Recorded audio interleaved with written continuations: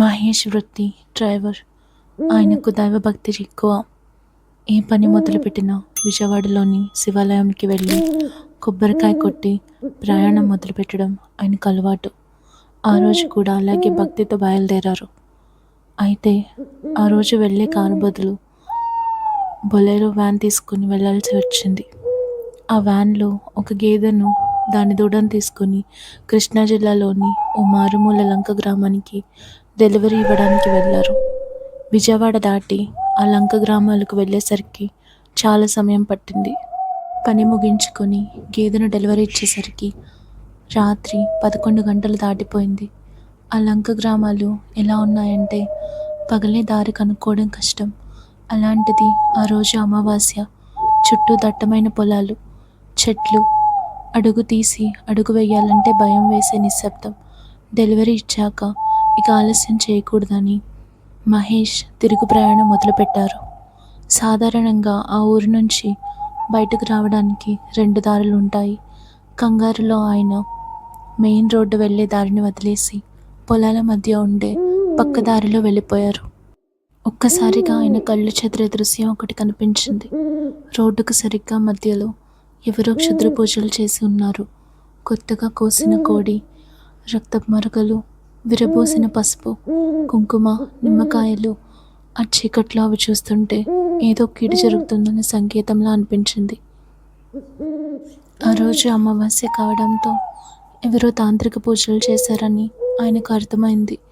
వాటిని తొక్కడం ఇష్టం లేక వ్యాన్ను పక్క నుంచి పోనిచ్చి వేగంగా ముందుకు వెళ్ళిపోయారు.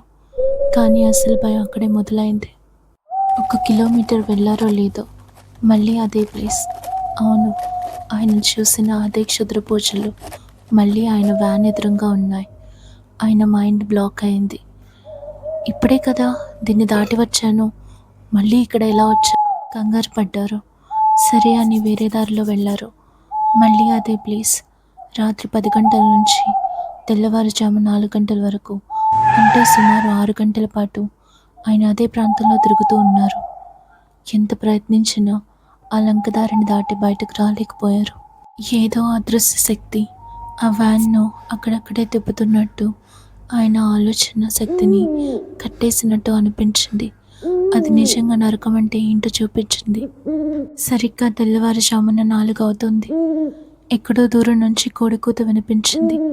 ఆ శబ్దం వినబడగానే ఆయనలో ఏదో అలజడి మొదలైంది. అప్పటి వరకు మభ్యపట్టినట్లు ఉన్న ఆయన కళ్ళకు మెయిన్ రోడ్డు కనిపించింది.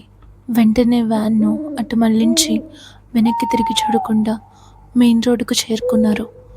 ఇంటికి వాళ్ళ కుటుంబ సభ్యులకి, స్నేహితులకి జరిగిన విషయం చెప్పాడు. మనకు తెలియని శక్తులు ఈ ప్రపంచంలో ఎక్కడో ఒక చోట ఉందనే ఉంటాయి. ముఖ్యంగా ఇలాంటి అమావాస్య రోజుల్లో అర్ధరాత్రి పూట ప్రయాణాలు చేసేటప్పుడు చాలా జాగ్రత్తగా ఉండాలి. ఈ యథార్థ సంఘటనపై మీ అభిప్రాయం ఏంటి? మీకు కూడా ఇలాంటి అనుభవాలు ఉన్నాయా?